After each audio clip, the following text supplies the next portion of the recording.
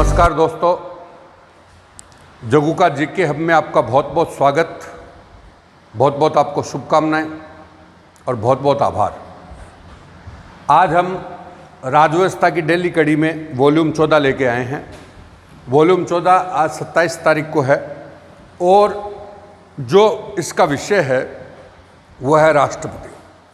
क्योंकि वॉल्यूम 13 में हमने कार्यपालिका के बारे में जिक्र किया था, तो हमने कार्यपालिका के बारे में आपको समझाया था कि कार्यपालिका होती क्या है।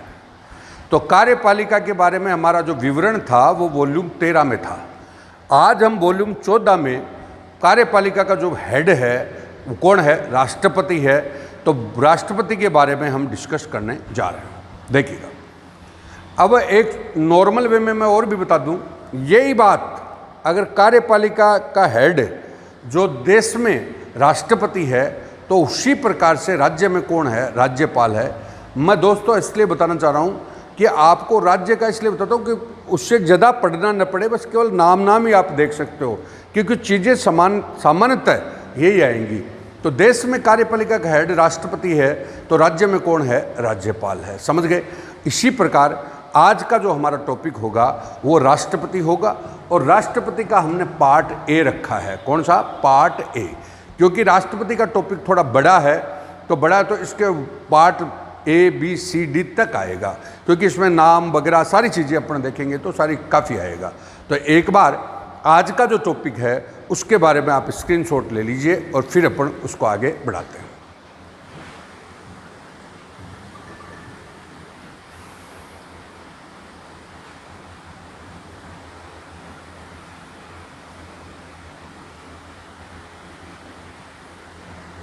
देखिए, हाँ देखिए, टॉपिक आज का है राष्ट्रपति। राष्ट्रपति का सामान्य परिचय देखिए। सबसे पहले जनरल इंट्रोडक्शन, समझ गए? तो इसमें पहला तो प्रश्न है कि राष्ट्रपति किस पद का उत्तराधिकारी है? तो भारत में गवर्नर जनरल पद का उत्तराधिकारी कौन है? राष्ट्रपति। देखिएगा, मतलब कहने का तात्पर्य ये हो गया कि राष्ट्रपति से पहले कौन सा पद हुआ करता था? तो गवर्नर जनरल। देखिए, हमारा देश आज़ाद हुआ 15 अगस्त 1947 को। तो 15 अगस्त 1947 को आज़ाद हुआ, तब तक हमारे पास संविधान वगैरह कुछ था नहीं, हमारा सिस्टम डेवलप हुआ नहीं। तो तब हमने एक पद सर्जित किया था, कौन सा? गवर्नर जनरल, यानी स्वतंत्र भारत का गवर्नर जनरल। अब स्वतंत्र भारत का गवर्नर जनरल हमने लॉर्ड माउंटबेटन को बनाया। लॉर्ड माउंटबेटन को क्यों बनाया? कि वो उस समय अंग्रेजों के थे वाइसराय, तो वो हट गए, तो उनको अनुभव था, तो हमने उनको बना दिया। तो कौन था? लॉर्ड माउंटबेटन स्वतंत्र भारत का पहला गवर्नर जनरल था। बाद में माउंटबेटन के जाने के बाद हमारा एक भारतीय सी राजगोपालाचारी को हमने, मतलब सी राजगोपालाचारी को हमने क्या बनाया? गवर्नर जनरल बनाया। ठीक है। फिर 26 जनवरी 1950 को हमारा संविधान लागू हो गया। तब उस गवर्नर जनरल के स्थान पे हमारा पद आ गया राष्ट्रपति। कौन सा पद आ गया? राष्ट्रपति। तो इन गवर्नर जनरल के स्थान पर हमारा पद आया है राष्ट्रपति, और हमने पहले राष्ट्रपति राजेंद्र प्रसाद को बनाया। राजेंद्र प्रसाद जी को हमने पहला राष्ट्रपति बनाया। तो हमारा स्वतंत्र भारत का पहला गवर्नर जनरल कौन था? तो लॉर्ड माउंटबेटन। स्वतंत्र भारत का द्वितीय और प्रथम भारतीय गवर्नर जनरल कौन था? तो सी राजगोपालाचारी। और सी राजगोपालाचारी ही अंतिम गवर्नर जनरल हो गया। उनके स्थान पे फिर कौन सा पद आ गया? राष्ट्रपति आ गया। और राष्ट्रपति हमारे पहले कौन बनाए गए? तो डॉक्टर राजेंद्र प्रसाद। ये टोटल आपका सिस्टम होता है। बोलिए, कोई दिक्कत है? तो ये तो हो गया ये। अब जो राष्ट्रपति का जो आवास है वो अशोक भवन है, मतलब जो रेजिडेंस है, ऑफिस है, जो भी है वो अशोक भवन है, जिसको राष्ट्रपति भवन के नाम से हम जानते हैं। कौन से भवन के नाम से? राष्ट्रपति भवन। ये रायसीना हिल्स दिल्ली में स्थित है। रायसीना हिल्स नई दिल्ली में स्थित है। तो कई बार पूछ लेता है कि राष्ट्रपति भवन है, तो ऑप्शन में आता है दिल्ली, ऐसे दिल्ली ना आकर के वैसे रहता है। रायसीना हिल्स दिल्ली में स्थित है। इस भवन का निर्माण 1912 से शुरू हो गया था, जो 31 में जाकर के लगभग संपन्न हुआ। तब पहला निवास लॉर्ड इरविन का था यहाँ पे, वायसराय लॉर्ड इरविन, यानी सबसे पहले इसमें निवास किसने किया? Lord Irwin. और बाद में हमारे राष्ट्रपति के रूप में पहला निवास किसका हो गया? डॉक्टर राजेंद्र प्रसाद। तो ये जनरल इंक्वायरी है। अब हम बोल रहे हैं राष्ट्रपति की स्थिति देश में क्या है, राष्ट्रपति की स्थिति देश में क्या है, तो उसके बारे में हम बात कर रहे हैं। तो देखिए पहला नंबर है, राष्ट्रपति गणतंत्रात्मक व्यवस्था का प्रतीक है। किसका? गणतंत्रात्मक व्यवस्था। इसलिए देखो 26 जनवरी 1950 को भारतीय संविधान लागू हुआ तो उस दिन को हम गणतंत्र दिवस बोलते हैं। कौन सा दिवस? गणतंत्र दिवस। तो गणतंत्र, तो राष्ट्रपति हमारा किस का प्रतीक है, कौन सी व्यवस्था का प्रतीक है? तो गणतंत्रात्मक। कई बार परीक्षाओं में पूछा हुआ है कि गणतंत्र शब्द किसको इंगित करता है, तो गणतंत्र शब्द राष्ट्रपति को इंगित करता है। ठीक है। अब गणतंत्र शब्द हमने लिया कहाँ से? तो फ्रांस से लिया है। कहाँ से लिया है? फ्रांस से। अब फिर बोल रहे हैं गणतंत्र शब्द का अर्थ क्या है, तो गणतंत्र शब्द का अर्थ यह है, देखो कोई भी देश है उसमें दो प्रकार की व्यवस्थाएं हैं, एक व्यवस्था राजतंत्रात्मक, एक होती है गणतंत्रात्मक।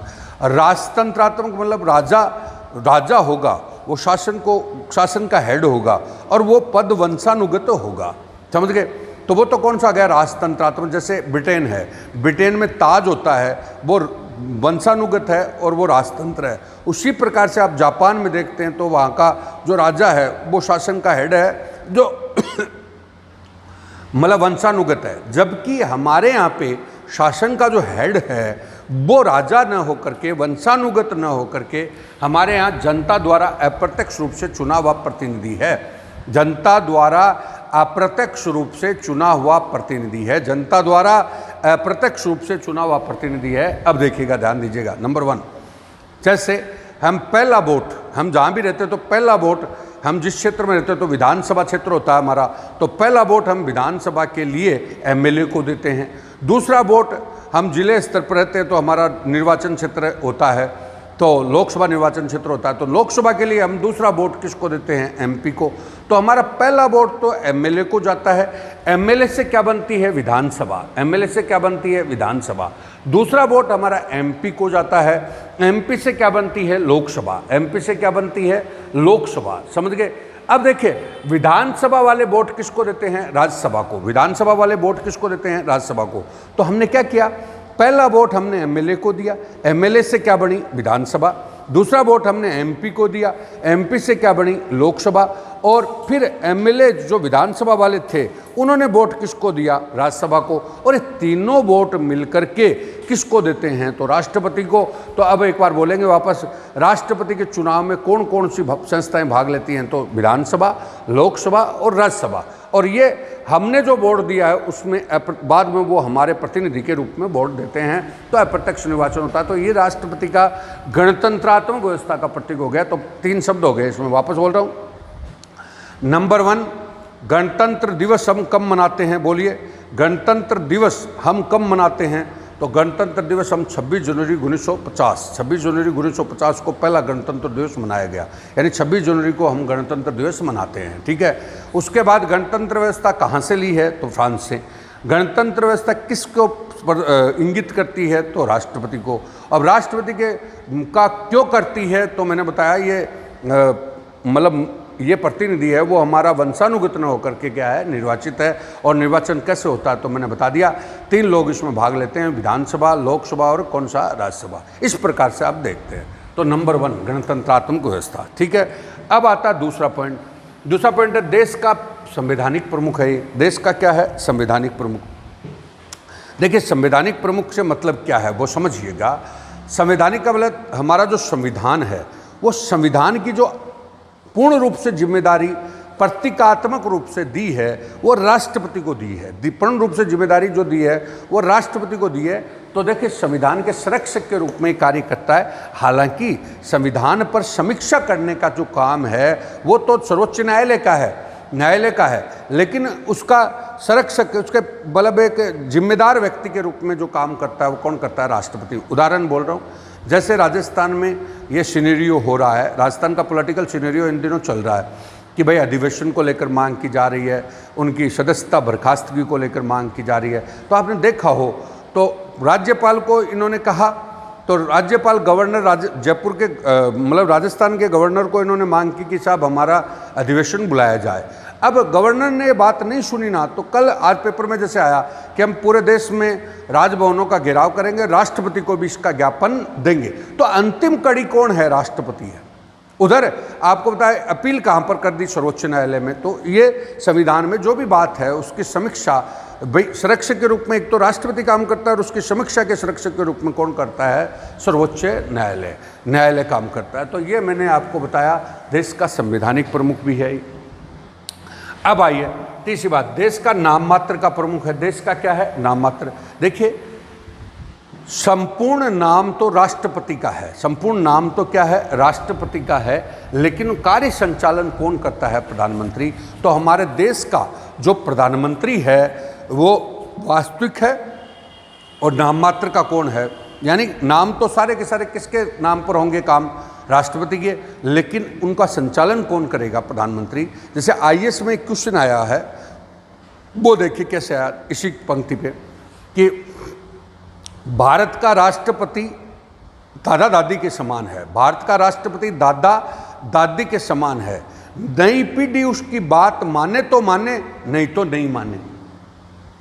भारत का राष्ट्रपति दादा दादी के समान है, नई पीढ़ी उसकी बात माने तो माने, नहीं तो नहीं माने।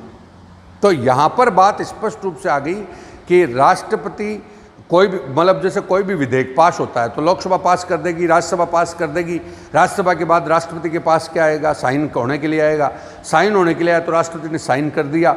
लेकिन कई बार राष्ट्रपति असहमत हो तो पुनर्विचार के लिए लौटाता है, तो पुनर्विचार के बाद लोकसभा वापस उनको भेज देती है, तो राष्ट्रपति को साइन करने ही पड़ते हैं। तो ये कौन सा कंसेप्ट हो गया? वो अपने विचार रखता है, उसके विचारों को वो माने तो माने, नहीं तो नहीं माने। ये बात हमने बताई। तो ये देखिए दूसरी बात है नाम मात्र और कौन सा? वास्तविक। अब आता है तीसरी बात, चौथी बात है वो देश का कार्यपालिका का प्रमुख है। कार्यपालिका देखिए 3 पार्ट है, हालांकि तीनों के रूप में काम करता है। हम बात करेंगे विधायिका, कार्यपालिका और न्यायपालिका। मैंने अभी क्या बताया कि देश का संवैधानिक प्रमुख है, तो संविधान ऊपर है, संविधान की सारी जिम्मेदारी किसको दी गई? राष्ट्रपति को। बाद में 3 पार्ट हो गए, विधायिका, कार्यपालिका और कौन सी? न्यायपालिका। तो विधायिका में भी हेड के रूप में काम करता है, क्योंकि संसद में कौन कौन शामिल होता है? लोकसभा, राज्यसभा और कौन सा? राष्ट्रपति। बाद में कार्यपालिका में ऊपर राष्ट्रपति हो गया, नीचे मंत्री वगैरह, प्रधानमंत्री जो भी हो गए, और प्रशासन हो गया पूरा। न्यायपालिका में भी अंतिम क्षमादान की शक्ति इनको है। तो ये सारी पावर उनके पास ही है। तो कार्यपालिका का वो हेड होता है। समस्त कार्यपालक शक्ति राष्ट्रपति में निहित है। समस्त कार्यपालक शक्ति किस में निहित है? राष्ट्रपति में निहित है। समस्त कार्यपालक शक्तियां राष्ट्रपति में निहित है, राष्ट्रपति में निहित है। इससे कार्य संचालन में सहायता देने के लिए एक मंत्रिपरिषद होती है, और मंत्रिपरिषद का हेड कौन होता है? राष्ट्रपति होता है। मंत्रिपरिषद का हेड कौन होता है? मंत्रिपरिषद का हेड कौन होता है? तो प्रधानमंत्री होता है। तो मैंने क्या बोला? समस्त कार्यपालक शक्तियां राष्ट्रपति में निहित है। राष्ट्रपति को सहायता देने के लिए एक मंत्रिपरिषद होगी। मंत्रिपरिषद का हेड कौन होगा? प्रधानमंत्री होगा। कौन होगा? प्रधानमंत्री, यानी पीएम होगा। तो इसकी सहायता के लिए कौन होती है? सहायता के लिए कौन होती है? मंत्री परिषद होती है। इसके अलावा ये मंत्री परिषद, तो कार्यपालिका में कौन आ गया? राजनीतिक कार्यपालिका और प्रशासनिक। तो राजनीतिक कार्यपालिका को और प्रशासनिक कार्यपालिका की नियुक्ति कौन कर रहा है? इधर राष्ट्रपति कर रहा है। तो राष्ट्रपति कई प्रकार की यहाँ पे नियुक्ति करेगा। जैसे उदाहरण है, यही विषय चल रहा है कि राजस्थान में अधिवेशन बुलाया जाए, तो अधिवेशन बुलाया जाए विधानसभा का, तो राजस्थान की मंत्रिपरिषद ने प्रस्ताव किसको दिया? राज्यपाल को। तो ये प्रश्न ये उठ रहा है कि वो उसकी बात को मानने के लिए बाध्य है या नहीं है। वो कोर्ट में समीक्षा के लिए गया है, या आज भी उस पर बात होगी। तो इस चीज़ों को आप देखते हैं तो ये बात आ गई। तो मैंने क्या बताया? समस्त कार्यपालक शक्तियाँ किस में निहित है? राष्ट्रपति में। और राष्ट्रपति को सहायता देने के लिए क्या होती है? मंत्रिपरिषद। और मंत्रिपरिषद का हेड कौन होता है? तो प्रधानमंत्री, यानी पीएम होता है। अब आइए, अब मैंने क्या बोला? इसके लिए राष्ट्रपति कई प्रकार की वैधानिक और संवैधानिक क्या करता है? नियुक्तियाँ। संवैधानिक और वैधानिक का मतलब हो गया संविधान में जो उल्लेखित हैं वो, और विधान मतलब विधायिका ने कानून बनाकर जो पद बनाए हैं वो। तो संवैधानिक और वैधानिक नियुक्तियाँ करता है। तो देखिए, अब देखिए बात, 3 प्रकार का कंसेप्ट हो गया। संवैधानिक जो है वो नियुक्तियां कौन करेगा? राष्ट्रपति। कभी भी ध्यान रखो भाई, किसकी नियुक्ति का? कोई संस्था संवैधानिक है तो उसकी नियुक्ति कौन करेगा? राष्ट्रपति। कोई संस्था वैधानिक है उसकी नियुक्ति भी कौन करता है? राष्ट्रपति। लेकिन कार्यकारी जो संस्थाएं हैं उनकी नियुक्ति जो करता है वो प्रधानमंत्री करता है। जैसे उदाहरण है नीति आयोग है, तो नीति आयोग कार्यकारी संस्था है, तो उसमें प्रमुख वगैरह जो भी होंगे तो उनकी नियुक्ति कौन करेगा? प्रधानमंत्री करेगा। उस प्रकार से आपको बताया। तो देखिए, संवैधानिक को प्रमुख नियुक्ति करेगा तो सबसे पहले मंत्रिपरिषद के आर्टिकल 74 के तहत नियुक्ति करता है। देखिए, इसके माध्यम से आप पूरा कॉन्स्टिट्यूशन देख सकते हैं। आर्टिकल 74 के माध्यम से ये नियुक्ति करता है। आर्टिकल 74 में किसकी नियुक्ति करता है? मंत्रिपरिषद। अब मैं बोलूँगा, प्रधानमंत्री की सिफारिश पर, प्रधानमंत्री की परामर्श पर राष्ट्रपति मंत्रियों की नियुक्ति करता है। आर्टिकल कौन सा? 74। 75(1) में बहुमत दल के नेता के रूप में, जिस दल को बहुमत मिलता है उस बहुमत दल के नेता के रूप में प्रधानमंत्री की वो नियुक्ति करता है। आर्टिकल 75(1). महान्यायवादी आपको पहले बताया है, अटॉर्नी जनरल। अटॉर्नी जनरल मतलब कानूनी सलाह के लिए वो महान्यायवादी की नियुक्ति करता है। आर्टिकल कौन सा? 76। आर्टिकल कौन सा है? 76। सारी बात आ गई। महान्यायवादी। लेखा नियंत्रक और महापरीक्षक, जिसको आप शॉर्ट में बोलते हो keg, CAG, controller of auditor general. Article 148, 148 में लेखा नियंत्रक और महापरीक्षक की नियुक्ति कौन करता है? तो राष्ट्रपति करता है। अब मैंने बोला लेखा नियंत्रक महापरीक्षक, नॉर्मली मैं से बता देता हूं कि भाई लेखा नियंत्रक यानी लेखा जोखा का नियंत्रण करता है और उनका परीक्षण करता है। क्या करता है? परीक्षण। यानी हमारे देश का लेखा जोखा या हिसाब रखता है वो कौन हो गया? CAG। इसकी नियुक्ति भी कौन करता है? राष्ट्रपति। वित्त आयोग 280। वित्त आयोग मतलब केंद्र के पास जो पैसे आते हैं तो वो राज्यों को कितने देने हैं, इसके लिए वित्त आयोग होता है। तो वित्त आयोग की नियुक्ति आर्टिकल 280 के तहत कौन करता है? तो राष्ट्रपति। बोलो। अब है लोक सेवक। हमारे देश में जितने भी लोक सेवक कौन से हो गए? प्रशासनिक अधिकारी वगैरह हो गए, वो केंद्र के प्रशासनिक अधिकारी, अखिल भारतीय सेवा के अधिकारी, उनकी नियुक्ति किसके नाम से की जाती है? राष्ट्रपति। और उनके प्रसाद पर्यंत वो पद पर क्या करते हैं? काम। और बाद में है लोक सेवा आयोग। लोक सेवा आयोग केंद्र में हो गया यूपीएससी। तो यूपीएससी के अध्यक्ष और सदस्यों की नियुक्ति आर्टिकल 316 में कौन करता है? तो यूपीएससी मतलब भर्ती वाली संस्थान है, तो इसकी नियुक्ति भी कौन करता है? तो राष्ट्रपति। 323A में प्रशासनिक न्यायाधिकरण है, यानी कैट बोलते हैं इनको। क्या बोलते हैं? कैट। मतलब कैट का मतलब हो गया सेंट्रल एडमिनिस्ट्रेटिव ट्रिब्यूनल्स, जो ये लोक सेवकों के मतलब लोक सेवकों के जो समस्याएं होती हैं उनके लिए न्याय करने वाला जो न्यायालय है, तो इसको केंद्रीय प्रशासकीय न्यायाधिकरण बोलते हैं। इसमें नियुक्ति कौन करता है? राष्ट्रपति। बाद में आपका इलेक्शन, तो निर्वाचन आयोग। तो निर्वाचन आयोग कौन सा आर्टिकल में? 324 में। तो निर्वाचन आयोग में जो आयुक्त वगैरह निर्वाचन आयुक्त होता है उसकी नियुक्ति भी कौन करता है? तो राष्ट्रपति। बाद में आप आते हो तो SC commission, ST commission, OBC commission. SC 338 में है, ST 338A में है, OBC कौन से में? 338B में बनाया है। तो इनके कमीशन के अध्यक्षों की इनकी नियुक्ति भी कौन करता है? तो राष्ट्रपति। OBC। और OBC आयोग का गठन वैसे आर्टिकल कौन से में किया गया? 340 में। अब मैंने बोला भाषा आयोग। भाषा, हमारे हिंदी भाषा को डेवलप करने के लिए एक भाषा आयोग बनता है, तो उस भाषा आयोग की नियुक्ति जो है या नियुक्ति उनके अध्यक्ष वगैरह की वो कौन करता है? तो राष्ट्रपति। तो आप देखते हैं तो पूरे देश में, इसके अलावा मैं कुछ वैधानिक नियुक्तियों की भी बात करूंगा। वैधानिक की बात ऐसे है जैसे हमारे मानव सूचना आयोग है। मानव सूचना आयोग क्या है? वैधानिक आयोग है। तो सूचना आयोग वैधानिक आयोग है, उसमें नियुक्ति कौन करेगा? राष्ट्रपति। बाद में आपका मानव अधिकार आयोग है, तो नियुक्ति कौन करेगा? राष्ट्रपति। महिला अधिकार आयोग है, तो नियुक्ति कौन करेगा? राष्ट्रपति। अल्पसंख्यक आयोग है, तो नियुक्ति कौन करेगा? राष्ट्रपति। तो कई बार दोस्तों मैंने इसलिए भी ये टॉपिक बताया है, कई बार आपके फर्स्ट ग्रेड में इसमें बोलता है कि कौन सा आयोग तो संवैधानिक है और कौन सा वैधानिक है, तो इनके बारे में भी आपको मैंने बताया। इस प्रकार से आपने देखा तो ये राष्ट्रपति का स्थिति के बारे में और उसके सामान्य परिचय के बारे में हमने बताया है। और मैंने आपको बताया कि भाई राष्ट्रपति का टॉपिक एक बड़ा टॉपिक है, क्योंकि राष्ट्रपति संविधान का संरक्षक हेड है, मतलब पूरी जिम्मेदारी उसको दी गई है। तो कहने का तात्पर्य राष्ट्रपति की पूरी जिम्मेदारी दी तो लगभग इसमें पूरा कॉन्स्टिट्यूशन ही आ जाता है, कॉन्स्टिट्यूशन ही आ जाता है। तो ये काफ़ी बड़ा टॉपिक है, तो इसके बारे में हम आगे और डिस्कस करेंगे। पार्ट बी में, पार्ट बी सी डी तक आ सकता है। तो आज का टॉपिक था हमारा राष्ट्रपति, जिसके बारे में हमने आपको बताया। तो दोस्तों ये इसके साथ आपको मैंने कहा कि कुछ हद तक आप राष्ट्रपति के साथ राज्यपाल को भी जोड़ सकते हैं। तो इस प्रकार से हमने आपको पूरा वॉल्यूम 14 के बारे में, राष्ट्रपति के बारे में बताया। फिर कल हम वॉल्यूम 15 लेकर आएंगे। तो दोस्तों रोज़ाना कंटिन्यूटी में देखते रहिए, एक दिन में देखने में पता नहीं चलेगा, और कंटिन्यूटी में देखकर शेयर करें, सब्सक्राइब करें। और अब हम और भी उच्च क्वालिटी के साथ आपका 5 अगस्त से हमारा नया स्टूडियो जो बन रहा है उसमें साथ में आपको और बेहतर क्वालिटी देने का प्रयास करेंगे और सारी क्लासें लगाने का प्रयास करेंगे। तो ये इसी के साथ दोस्तों नमस्कार, बहुत बहुत